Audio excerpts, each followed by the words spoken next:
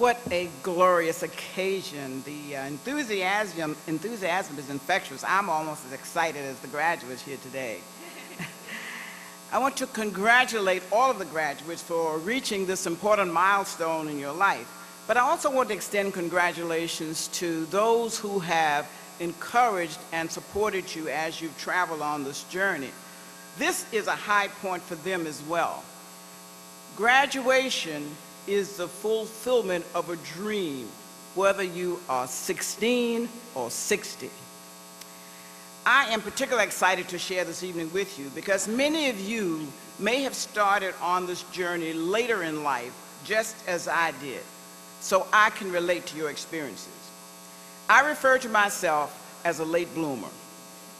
I started college at the age of 22, started my business at the age of 36, and I took up the game of golf at the age of 46. So my motto is, it does not matter whether you bloom early or bloom late, as long as you bloom.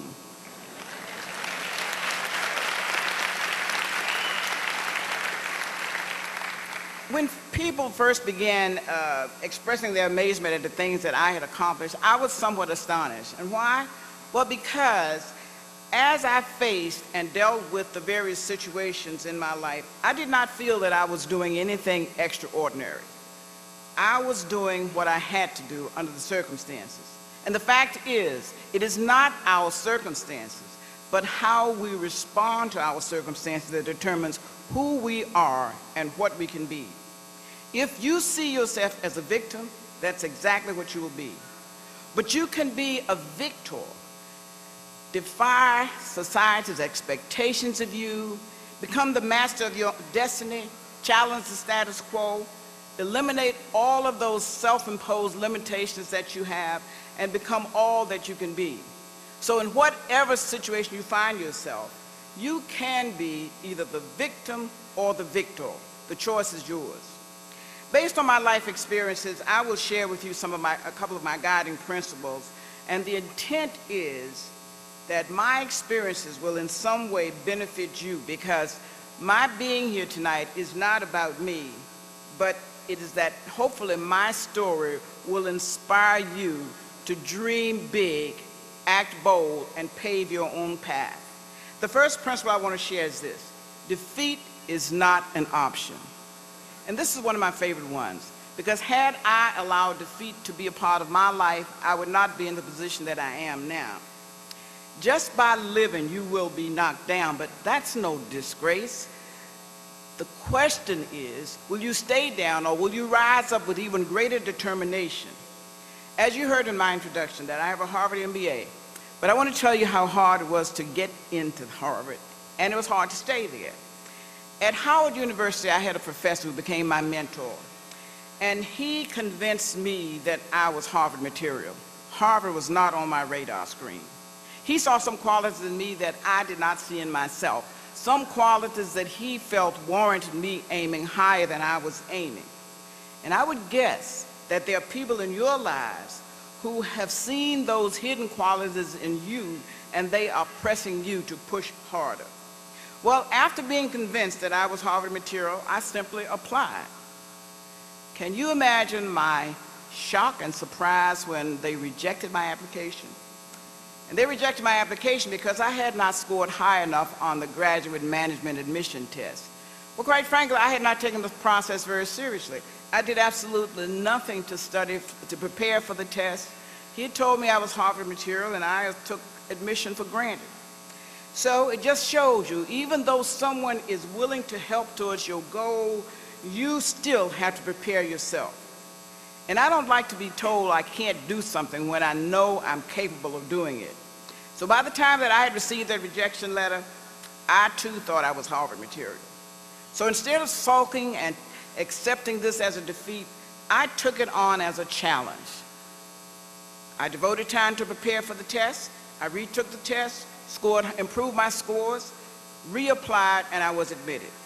So the moral of this story is this: if you want something badly enough, you will find a way to get it, even if you experience a setback or you find that your goal is more challenging than you thought.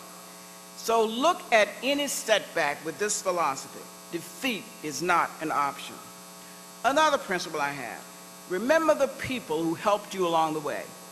None of us made it entirely on our own. There were many, many people who guided me on my path to success, and you can probably say the same thing. There was my mother, who wanted nothing more than for her daughter to get a college degree. I had a cousin who kept nagging me to stop wasting my time in menial jobs and go to college. My mentor at Howard, who encouraged me and supported me in getting into Harvard. And then there was my father, a man with a third-grade education who didn't even remember the name of the school that I was attending, but he was so proud to tell people, Lillian is going to the same school that President Kennedy went to. And then as I started my business, there was a banker and a supply company who helped me with financing as I started my business. I call these people my guardian angels. They believed in me, and they helped me to believe in myself. And when you believe in yourself, you can chart your own course with confidence. There is a proverb that I think sums it up beautifully. If we stand tall, it is because we stand on the backs of those who came before us. So show your appreciation for those who have helped you along the way. Another principle that I have is live within your means, or better yet, live below your means. Then we live in a society of immediate gratification. We want things and we want them now. Now we've all heard the expression of keeping up with the Joneses. Well, if there are any Joneses in here, please don't take this personally. This principle means forget about keeping up with the Joneses. The truth is, no one knows how well they're doing anyway. We often think that the grass is greener on the other side. Well, sometimes it's greener because we're looking at things through rose-colored glasses. And the same may be true of the Joneses. They may look successful, but are they? I made a deliberate decision early in my career not to overextend myself. Many people today are in financial dilemmas because they have taken on more than they can handle. If you are starting with a clean slate, keep it that way. Don't gauge your success by the successful appearance of others. Instead of looking at the outward successes, search your heart and soul and determine what things are important in your life and then prioritize them. So whatever it takes, learn to live within your means. So what is it that made me go from the farm girl to Howard, to Harvard, and then to become an entrepreneur? Well, I would attribute it primarily to these things: persistence, resilience, courage, morality, and faith. Persistence. A persistent person is able to continue towards a goal even in the face of opposition. Determination is one of the main trademarks. Now, there are people who say that I can be determined to the point of stubbornness, and sometimes they're right. But my mother told me that I could do whatever it is I wanted to do if I wanted to do it badly enough. And I think I just took her at her word. But had I not been persistent and mustered up the determination to pursue my education against the odds that I faced, I would not be standing here today. Resilience. Resilience is the ability to spring back, plan but remain flexible. You may have to endure detours or develop a new way of thinking in order to achieve your goals, and that's okay. Though I was determined to push to accomplish my goals, I was aware that if I remained too rigid, that could be a drawback. I always tried to be flexible enough to make changes when things were not working the way that I wanted them to work. After graduate school, companies were not knocking on the door to hire me. Over the course of 6 years, I had 4 different jobs. And unlike today, during those years, it was customary to stay on a job for years. But for me, when things did not seem to be going in the direction that I desired, I changed courses. Courage. Sometimes you must push yourself out of your comfort zone. Be brave enough to do something daring. Take calculated risk. Don't let the fear of failure get in your way. Many people have succeeded only after having an experience of failure. And if you do fail at something, look at it as a learning opportunity. A moral compass. Whatever you do in life, you must be able to live with yourself. So never compromise yourself or your values, but maintain the highest standards of excellence and integrity. Faith. When I started my business, I definitely stepped out on faith.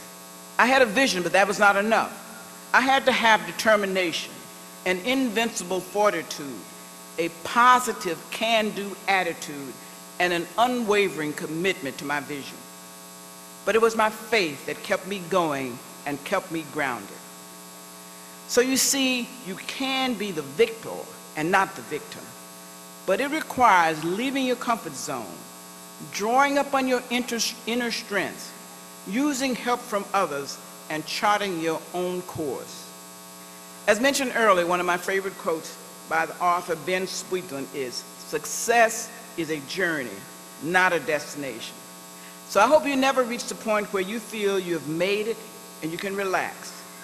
For me, success is an endless path that requires meeting challenges, overcoming obstacles, evaluating and reevaluating where I am today and where I want to be. So make sure that you define success for yourself and not let society or someone else determine it for you. I'd like to leave you with this poem entitled, "What Constitutes Success?" by Bessie Stanley.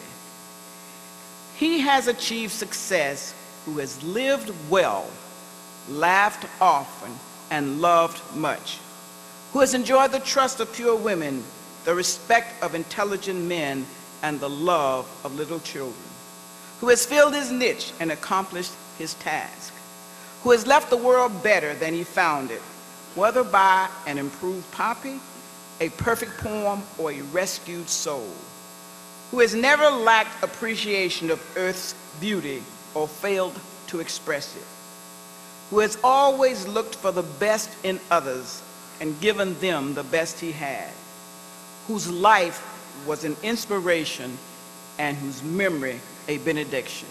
So much success to each of you, and be sure you define success for yourselves. Thank you very much.